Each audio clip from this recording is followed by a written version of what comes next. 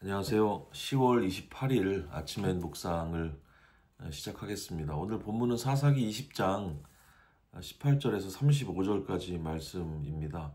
약간 긴 듯한 말씀인데요. 내용은 그렇게 어려운 내용은 아니고 전투와 관련된 그런 승리와 패배의 이야기가 담겨 있는 그런 어찌 보면 굉장히 단순한 그런 어떤 흐름이기 때문에 금방 어떤 얘기인지 아실 수 있을 것 같은데요. 먼저 본문을 읽어보시고 같이 좀 생각을 해보시면 좋겠습니다. 19장에서 우리는 그 베냐민 지파의 심각한 악행을 보았었죠. 이제 그에 대한 다른 지파들의 대응의 상황을 이제 보시고 있는 겁니다.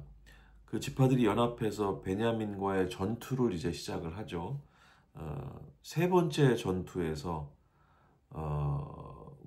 승리하는 모습을 오늘 이제 읽게 되는데 우리는 이런 의문을 가질 수밖에 없습니다. 이 정당한 전투인 것 같은데 왜 이스라엘이 하나님께 묻고 이렇게 시작을 했던 전투에서 두 번이나 이렇게까지 심각한 패배를 입었을까, 패배를 하게 됐을까 하는 그런 점이에요. 첫 번째는 22,000명이 죽었다 이렇게 돼 있고 또 두 번째 전투에서도 18,000명이 죽었다고 기록을 하고 있습니다. 이거 엄청난 그 손실이 아니겠어요? 잘못은 걔네들이 했는데 왜 정의로 응징하려고 하는 백성들이 더 많이 죽고 있는 것일까? 왜 이런 일이 벌어진 것일까? 또 어떤 각도에서 보면 참 이해가 안 가는 그런 본문일 수도 있습니다. 그래서 몇 가지 우리가 원인을 조금 짚어봐야 할 것 같습니다. 먼저 그 승리에 앞서서 마음의 태도의 준비, 이런 것들이 좀 부족했다고 생각해 볼 수가 있겠습니다. 이스라엘은 누가 먼저 나갈까 이걸 물었지 그 전에 자기들의 상태를 충분히 점검한 것 같지는 않습니다. 첫 번째 전투에서 또 두 번째 전투에서 그렇게 큰 손실을 입고 나서야 이스라엘이 스스로를 돌아보고 또 회개하고 금식하면서 제사를 드리는 모습을 보여주거든요. 그러니까 다른 사람들의 잘못을 바라볼 때 또 거기에 대해서 분노하게 될 때 자기 자신의 모습 또한 같이 돌아볼 필요가 있다 이런 생각을 할 수 있게 하는 대목이죠. 베냐민 지파의 죄악을 응징한다는 어떤 정당한 이유가 분명하게 있었음에도 불구하고 자기들의 영적 상태 그리고 하나님 앞에 겸손이 먼저 갖추어지지 않았기 때문에 승리가 즉시 주어지지 않았던 것이라고 많은 분들이 이야기를 합니다.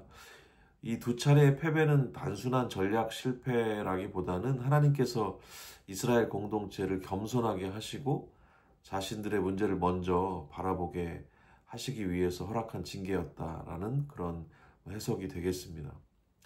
그리고 이 패배는 악한 베냐민에 비해서 선한 의도를 가진 이스라엘이 좀 준비가 미흡했다는 사실도 좀 알게 해주는 것 같아요. 착한 일을 하는 사람들의 태도가 자주 순진할 때가 있다는 생각을 제가 살아가면서 좀 해보게 됐던 것 같습니다. 착한 의도를 가진 사람들이 오히려 게으를 수 있다는 얘기거든요. 의도가 좋기 때문에 다 용서가 될 것 같은 그런 느낌을 가지게 되지 않는가 이런 생각도 해봅니다. 그래서 예를 들면 교회에서 만드는 무엇인가 아니면 정부에서 만드는 무엇인가가 조금 더 허술하고 뭔가 세련되지 못하고 감각적이지 못할 때가 많다는 생각이 들기도 하거든요. 귀한 복음을 나누는 일에도 너무 게을러서 그저 사형리를 읽어드리는 수준에 머물러 있다면 그것은 의도가 아무리 착하다고 해도 패배하는 길을 걷는 것이라 볼 수 있을 것 같습니다. 악은 정교하게 더욱더 세련되게 그렇게 준비되어지고 있고 발전하고 있는데 선은 그 의도가 좋다는 그런 어떤 생각으로 자만해서 게으르고 서툴게 그렇게 일을 해나간다면 그것 역시 패배의 길이 아닐까 하는 생각을 해보게 돼요. 귀한 복음, 아름다운 선을 다루는 사람들이 더욱 부지런하고 꼼꼼하고 지혜롭고 예민해야 한다는 생각을 가져봅니다. 좋은 적용점이 되었으면 하는 생각이 들어요. 마지막으로 단순한 수적 우위가 승리를 보장하지 않는다는 사실도 오늘 본문이 알게 해줍니다. 이스라엘이 전력이 훨씬 더 많았어요.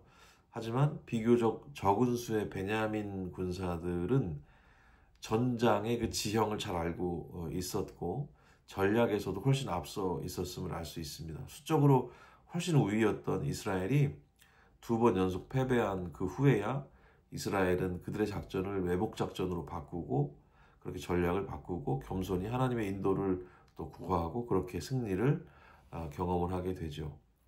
오늘의 본문을 통해서 우리는 하나님 앞에서의 겸손과 순종이 우선되어야 한다는 사실을 배웁니다. 공동체적 죄악의 문제는 단지 베냐민 지파의 문제만이 아니라 자신들 안에도 있었음을 이스라엘이 알아야 했던 것처럼 또 우리들 또한 우리들의 공동체적인 죄악들에는 어떤 것들이 있을까 돌아보는 그런 시선을 좀 갖추게 될 수 있기를 바랍니다. 그리고 옳은 일, 정당한 싸움을 하더라도 그것만으로 모든 상황이 정리되지 않는다는 사실을 보게 됩니다. 옳고 정당한 이유가 그에 합당한 준비를 갖추게 될 때 승리가 주어지게 되는 것이죠. 선은 쉽게 게을러질 수 있습니다. 그런데 그래서는 안 되죠.